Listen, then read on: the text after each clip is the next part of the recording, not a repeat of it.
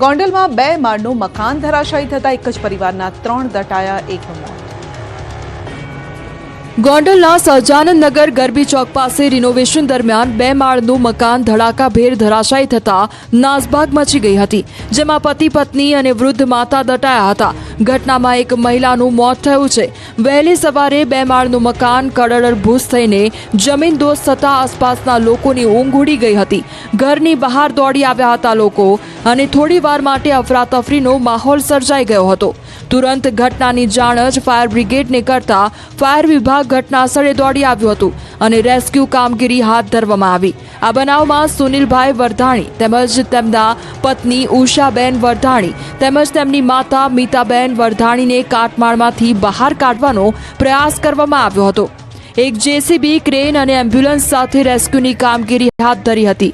લોકોની બહાર કાઢી સીધા હોસ્પિટલે સારવાર માટે ખસેડવામાં આવ્યા હતા. ઘટના સ્થળે મોટી સંખ્યામાં લોકોના ટોળા એકઠા થઈ ગયા હતા. ધારાસભ્ય સહિતની ટીમ ઘટના સ્થળે પહોંચી ગઈ હતી તેમજ ગોંડલ પોલીસ પણ દોડી આવી હતી. પોરબંદરમાં ગેરકાયદેસર બાંધકામો પર ધણધણ્યું બુલડોઝર.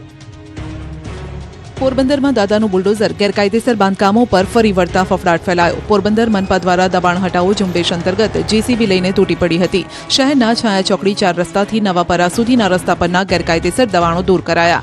દુકાન તેમજ ઘરના ઓટલા દૂર કરવામાં આવ્યા. છાયાના આ રસ્તાને આઇકોનિક રસ્તો બનાવવા માટે કાયદાકીય કાર્યવાહી હાથ ધરી, જેના કારણે આ રોડ પરના દબાણોને નોટિસ આપી દૂર કરવાની કામગીરી હાથ ધરાઈ. આગામી સમયમાં પ્રથમ રસ્તા પરના દબાણો દૂર કરવામાં આવશે, જેથી ટ્રાફિકની સમસ્યાઓ ઓછી કરી શકાય, ડેવલપમેન્ટના કામ કરી શકાય. સાથે જ ડેપ્યુટી મ્યુનિસિપલ કમિશનરે લોકોને અપીલ કરી છે કે જે પણ લોકોએ દબાણો કર્યા છે તે સ્વેચ્છાએ દબાણ દૂર કરે. પૂર્વ સાંસદ દેનુભાઈ સોલંકીએ રાજકોટ કલેક્ટરને રજૂઆત કરી. ગીર સોમનાથના કલેક્ટર સામે કાર્યવાહી કરવા રજૂઆત કરી. ગીર સોમનાથ જિલ્લાના કલેક્ટર દિગ્વિજયસિંહ જાડેજાનું રાજકોટમાં 20 કરોડનું ફાર્મ હાઉસ હોવાનો દાવો, સાથે જ તેમના પરિવાર પાસે 100 કરોડની મિલકત હોવાનો પણ દાવો, જે અંગે કલેક્ટરને તપાસ કરવા માંગ કરી છે. અને સાથે જ પૂર્વ સાંસદ દિનુ સોલંકી વિજિલન્સ, એસીબી અને સીબીઆઈ જેવી ઉચ્ચ તપાસ એજન્સીને આ મામલે ફરિયાદ કરશે તેવું પણ જણાવ્યું.